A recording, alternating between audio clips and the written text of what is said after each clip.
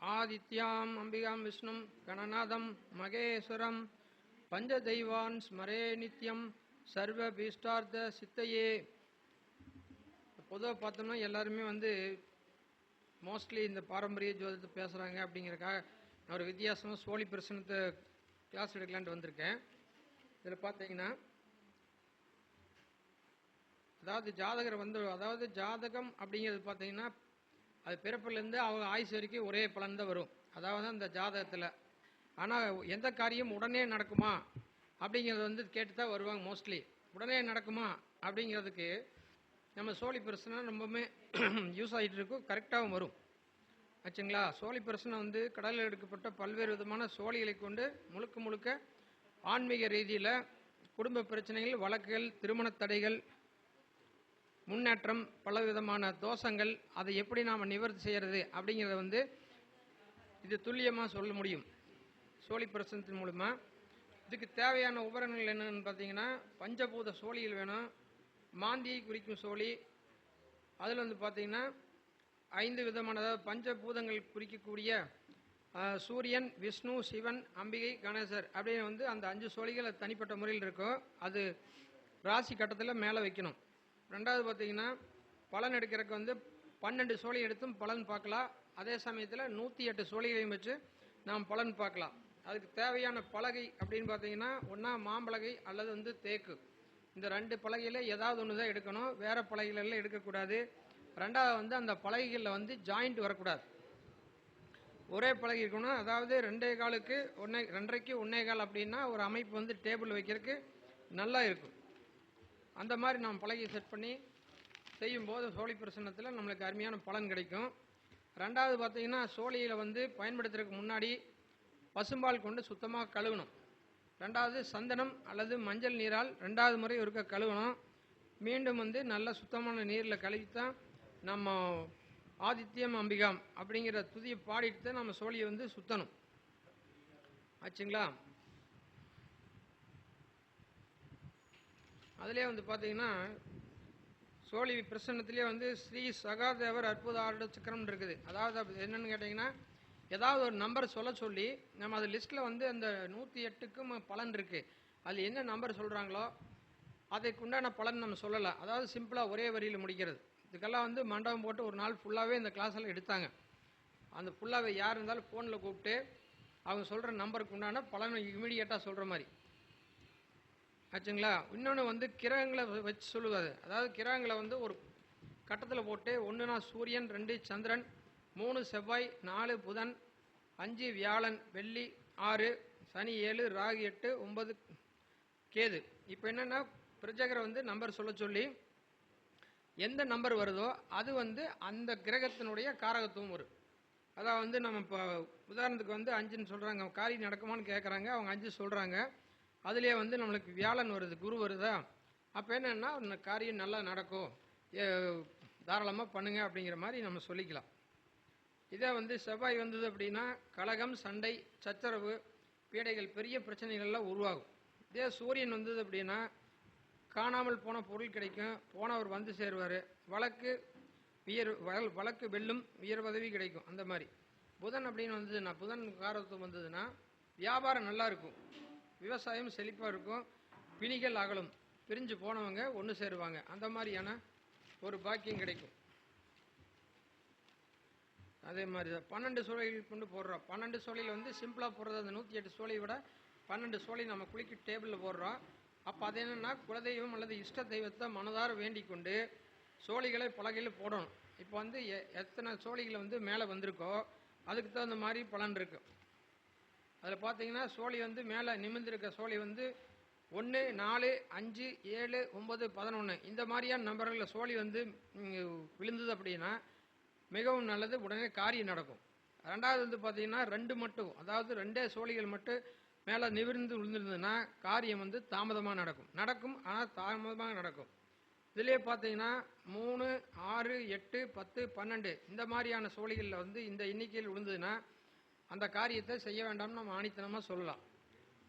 அதே மறுபடியும் 3 மாதம் கழிச்சு வேணால் மறுபடியும் சோழி போட்டு பார்க்கலாம். அந்த ஒரு 3 மாத காலகட்டத்தில் கொஞ்சம் ஒதுக்கி வைக்கிறது நல்லது. இதில் பார்த்தீங்கன்னா சோழி வந்து 108 சோழி போடுறது, அதாவது பொறுமையாக அவங்களுக்கு என்ன தோஷம் இருக்கா இல்லையா அப்படின்னு தெரிஞ்சுக்கிறதுக்காக 108 சோழியில் கொண்டு போய் போடலாம். அந்த 108 சோழியில் என்னென்னா, அந்த ஆதித்யம் அம்பிகாம் அப்படின்னு அந்த வேண்டுதல் பண்ணிட்டு அந்த சோழியில் சுற்றும் போது ஒரு குறிப்பிட்ட அளவு நம்ம ரைட் சைடில் எடுத்து வச்சிட்டோம்னா எத்தனை சோழிகள் வருதோ அது வந்து நம்ம உதயலக்கணமாக எடுத்துக்கலாம். அதாவது எத்தனை சோழிகள் வருதோ அதை வந்து உதயலக்கணமாக எடுத்துக்கலாம். சரிங்களா? அப்புறம் வந்து ஆரோட லக்கணத்துக்கு என்னன்னா, அந்த டைம் பார்க்குற பிரஜகர் உள்ளே வர்றாரு, அந்த வரும்போது 11 மணி 7 நிமிஷம் அப்படின்னா அந்த 11 மணி நீக்கிட்டு அந்த 7 நிமிஷம் எடுத்துக்கணும். அதை வந்து ஆரோட லக்கணமாக எடுத்துக்கணும். ஆச்சுங்களா? இந்த மாதிரி வந்து அந்த 108 சோழிகளை வச்சு நம்ம கணக்கு பண்ணிக்கலாம். இப்போ உதயத்துக்கு ஆரோடம் வந்து 2ல் வந்தது அப்படின்னா தெய்வ கோபத்தால் அந்த காரியம் வந்து தடையா இருக்குன்னு சொல்லலாம். அதே வந்து உதய லக்கணத்துக்கு ஆரோட லக்கணம் 6ல் அமர்ந்ததுன்னா செய்வினை தோஷம் ஏற்பட்டிருக்குதுன்னு நம்ம சொல்லலாம். 3வது பார்த்தீங்கன்னா உதய லக்கணத்துக்கு ஆரோட லக்கணம் 8ல் அமர்ந்தாலும் முன்ஜென்மத்தில் ஏதோ கர்ம வினையை அனுபவிக்க வேண்டிய சூழ்நிலை இப்போ இருக்கு அப்படின்னு நம்ம ஜாதகம் சொல்லலாம். அதே மாதிரி உதய லக்கணத்துக்கு ஆரோட லக்கணம் வந்து 12ல் வந்துன்னா பிதிர் தோஷம் இருக்கு, அதாவது சரியான முறையில் திதி கொடுத்துருக்க மாட்டாங்க மூதாதையருக்கு. அது என்ன பண்ணணும்னா, அது அப்பா வகையில் அப்பாரோ பாட்டனோ கரெக்டாக வந்து நம்ம வருஷம் திதி கொடுத்துட்டு வந்தோம்னா இந்த தோஷங்கள் நீங்கும். அப்புறம் அதே மாதிரி சோழி பிரசனத்தில் வந்து பார்த்தீங்கன்னா மாந்தி மிக மிக முக்கியமானது. அதாவது நம்ம ஜாதகத்தில் அதிகமாக நம்ம எடுக்கிறது இல்லை, ஆனால் சோழி பிரசனத்தில் வந்து மாந்தி வந்து ரொம்ப இம்பார்ட்டண்ட்டாக இருக்குது. மாந்தி நின்ற பாவமும் மாந்தி பார்த்த 7ஆம் பாவமும் ஒரு கசப்பையும் ஒரு தோஷத்தையும் சுட்டி காட்டாமல் போகாது. இது வந்து பார்த்தீங்கன்னா கேரளாவில் ஜோதியம் பார்க்க போனோம்னா அந்த மாந்தி தான் ஃப்ரண்ட்டில் வச்சு பலன் சொல்கிறாங்க. நம்ம அதிகமாக அதை எடுத்துக்கிறது இல்லை. இருந்தாலும் வந்து ஜனன ஜாதகத்தில் வந்து 5ல் மாந்தி இருந்ததுன்னா பூர்வீகத்தில் சமாதி இருக்க வாய்ப்புன்னு நம்ம சொல்லலாம். அதாவது 5ல் மாந்தி யாருக்கு இருக்குதோ அவங்களுக்கு மேக்சிமம் வந்து நம்ம தோட்டத்துக்குள்ளேயோ அல்லது இடத்துலையோ வந்து சமாதி வச்சுருப்பாங்க. 2வது 5ஆம் இடத்தை குறிக்கக்கூடிய அந்த பூர்வீகம் குழந்தை போன்றவற்றில் மன இறுக்கமாக இருக்கும். அந்த 5ல் மாந்தி இருக்கிறவங்களுக்கு அந்த குடும்பத்தில் வந்து குழந்தையினால் நிம்மதி இல்லாமல் இருக்கும். அதே சமயத்தில் வந்து குரு அப்படிங்கிறதுனால அபார்ஷன், குழந்தைய பிறந்து இறக்கிறது, அந்த மாதிரியான தோஷங்கள் இதில் காட்டும். மாந்திக்கு வந்து பாரு பார்த்தீங்கன்னா 2, 7, 12 இது வந்து மரண தோஷத்தை சுட்டி காட்டக்கூடிய இடம். மாந்தியோட எந்த கிரகம் ஏற்பட்டாலும் அதுக்குண்டான அசுப பலன்களை அனுபவிச்சு தீரணும், கண்டிப்பாக இருக்காமல் இருக்காது. ஆச்சுங்களா? 2வது வந்து பார்த்தீங்கன்னா சோழி பிரசனத்தில் பாதகாதிபதி மாரகாதிபதி. நம்ம ஜாதகத்தில் பார்த்தோம்னா பாதகத்தை மட்டும் பார்ப்போம். ஆச்சா, ஆனால் இதில் வந்து மகா பாதகாதிபதினு இருக்குது. அப்போ என்னென்னா சோழி போடும்போது அப்போ நான் சொல்லக்கூடிய மாதிரி கிரக அமைப்புகள் இருந்ததுன்னா மகா பாதகாதிபதி. அதில் வந்து என்னென்னா அதில் குடும்பம் வரைக்கும் நிவர்த்தி ஆகாது. பாதகாதிபதி இருந்தால் கூட அந்த நாம் ஏதாவது பரிகாரத்தில் நம்ம சரி பண்ணலாம். அதே மகா பாதகாதிபதி இருந்ததுன்னா சரி பண்ணுறது ரொம்ப சிரமம். ஆச்சுங்களா? இப்போ வந்து சர லக்கணத்துக்கு பார்த்தீங்கன்னா 2, 7 முழு மாரகம், 11 பாதகஸ்தானம். அப்போ அதுக்கு பார்த்தீங்கன்னா கும்பம் சனி பகவான் தான் மகா பாதகாதிபதி. ரிஷபத்திற்கு மகரம் மகா பாதகாதிபதி, அது சனி தான். மீனம் மிதுனம் 2 இதுக்கு பார்த்தீங்கன்னா தனுசு மகா பாதகாதிபதி, அதிபதி வந்து குரு. சிம்மம் கன்னி விருச்சியம் தனுசு இந்த 4 கிரகங்களுக்கும் இதில் லக்கணத்துக்கும் விருச்சியம் வந்து மகா பாதகாதியாக வருது. அதே கும்ப லக்கணத்துக்கு கடகம், அதாவது சந்திரன் மகா பாதகாதியாக வருது. இந்த மாதிரி வரும்போது அதற்கு உண்டான பரிகாரங்களெல்லாம் இருக்குது, நிறைய இருக்கு. மேடம் வந்து சீக்கிரமாக பேசி முடிச்சதுனால நான் குறுக்கியே முடிச்சிடுறேன். அதாவது சோழி பிரசனத்தை பொறுத்த வரைக்கும் என்னன்னா, சோழி லக்கணத்தில் இருக்கும் கிரகம் அல்லது சோழி லக்கணத்தை பார்க்கும் கிரகம் எந்த பாவத்துக்கான அதிபதியோ அந்த பாவம் சார்ந்த கேள்வி கண்டிப்பாக வரும். ஆச்சுங்களா?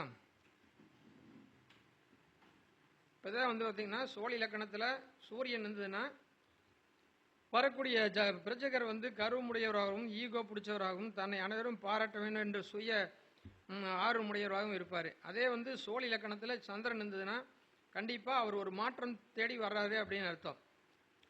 ஆச்சுங்களா? அதனால் வந்து சோழி லக்கணத்தில் செவ்வாய் இருந்ததுன்னா அல்லது பார்த்ததுன்னா அவர் அவசர கால பிடிவாதம், அகங்காரம், இந்த நோய், அறுவை சிகிச்சை இந்த மாதிரி எல்லாம் அதை கேட்டு வந்திருக்காருன்னு அர்த்தம். சோழி லக்கணத்தில் புதன் இருந்தது அப்படின்னா வியாபாரம், கல்வி, புகழ், காதல், டாக்குமெண்ட்டு இதையெல்லாம் பற்றி அவர் கேட்டு வந்திருக்காரு அப்படின்னு அர்த்தம்.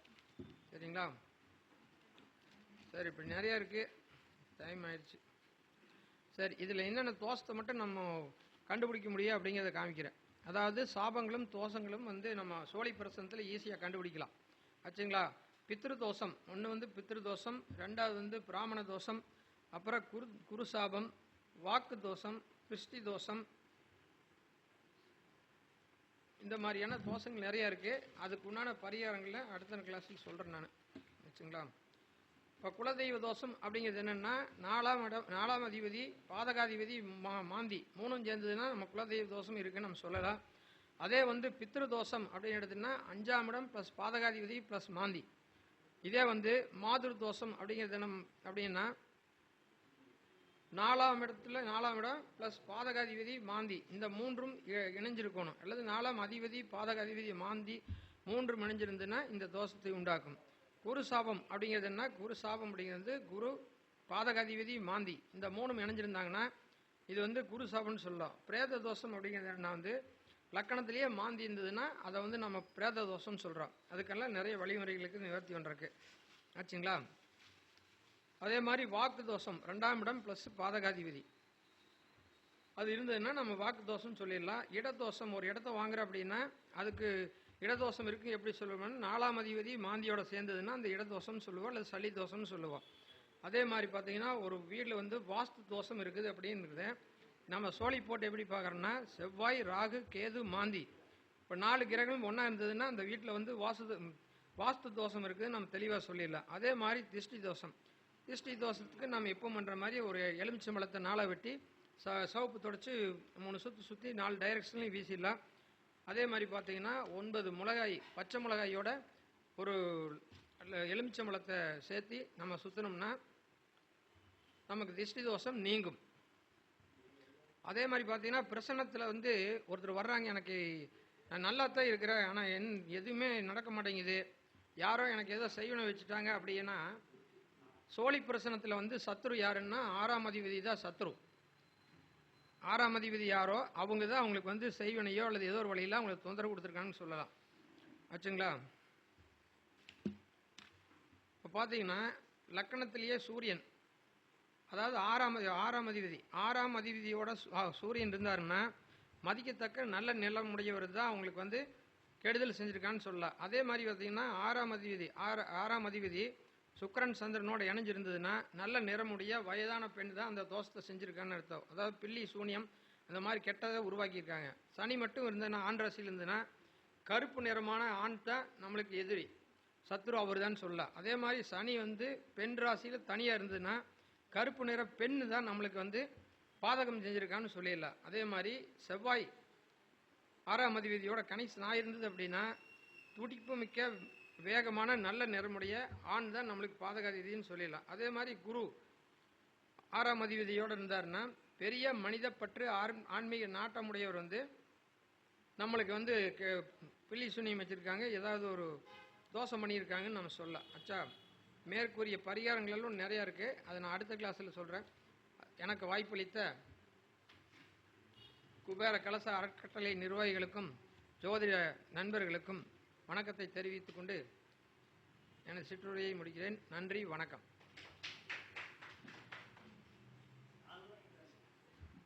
தோஷங்கள் ரீதியாக அற்புதமாக பேசிய சார் அவர்களுக்கு நன்றியை தெரிவித்துக் கொண்டு பொன்னாடை போற்றுமாறு பாலா சார் அவர்களை கேட்டுக்கொள்கிறோம்.